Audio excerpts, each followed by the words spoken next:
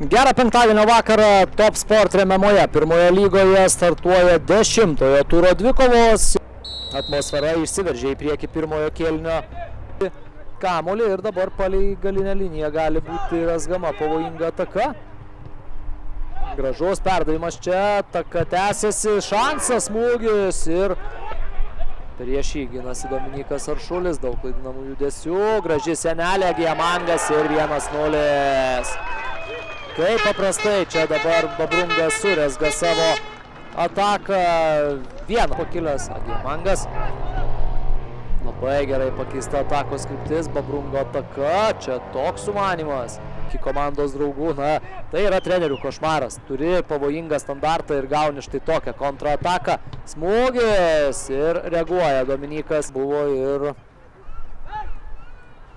komandos gynėjai. Vėl Sekas prie baudos aikštelės linijos, čia smūgis ir į skersinį. Žaidžia Ridanas Bagužas, vėl pabėga nuo varžovo.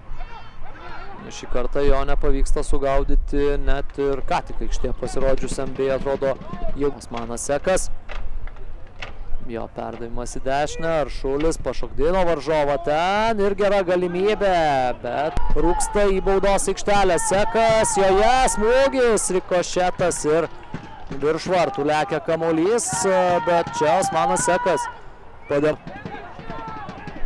daug šansų taip ir neturėjo. Čia labai geras perdavimas, smūgis ir Moskerai į vartų. Čia Moskera atlieka smūgį ir fantastiškas Briano Moskeros smūgis į viršutinį vartų kampą, išvalo. Ten nepasiekė kamuolys komandos draugų, o Plungės Babrungas ieško galimybių kontratakoje.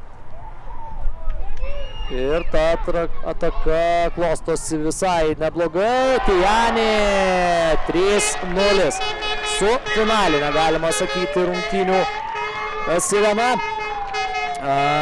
Muša įvartį Tijani Mohamedas, bet nuo įvarčio komandos išgelbėti nepavyko jam. Plungės Babrungas iškovoja dar vieną pergalę ir vėl nepraleidžia įvarčio, geriausiai besiginanti lygos komanda. 3-0 ir Babrungas